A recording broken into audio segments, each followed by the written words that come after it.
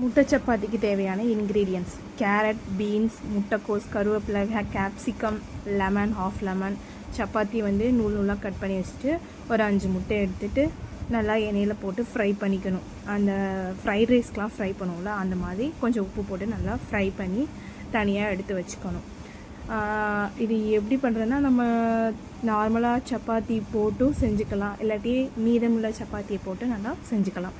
இந்த மாதிரி நல்லா முட்டை இந்த மாதிரி வந்த அளவுக்கு நல்லா வதக்கி வச்சுட்டு அதுக்கப்புறம் வந்து கருவேப்பிலை, நம்ம நறுக்கி வச்சுக்க எல்லா வெஜிடபிள்ஸும் போட்டு நல்லா வதக்கிட்டு லாஸ்ட்டாக தான் கேப்சிகம் போடணும். ஏன்னா அது வந்து சீக்கிரமாக வெந்துடும்.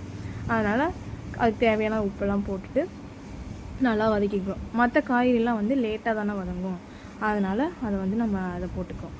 நல்லா இதெல்லாம் வதக்கிட்டு முன்னாடி நான் காமிக்கிறேங்கிறக்காண்டி இதை வந்து இடையில ஆட் பண்ணியிருந்தேன். பச்சை மிளகாயும் கருவேப்பிலையும் போடணுங்கிறக்காண்டி மறுபடியும் நான் அதை வந்து காமிச்சிருந்தேன். இது வந்து ஃப்ரைட் ரைஸ் மசாலா, ஹாப்பிமா ஃப்ரைட் ரைஸ் மசாலா பொடி ஹாஃப் பொடி போட்டால் போதும்.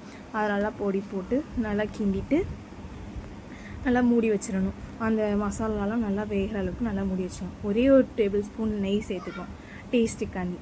அதை நல்லா வதக்கிட்டு நம்ம கட் பண்ணி வச்சுருக்க சப்பாத்தியை வந்து நல்லா நூல் நூலாக கட் பண்ணி வச்சுக்கணும்.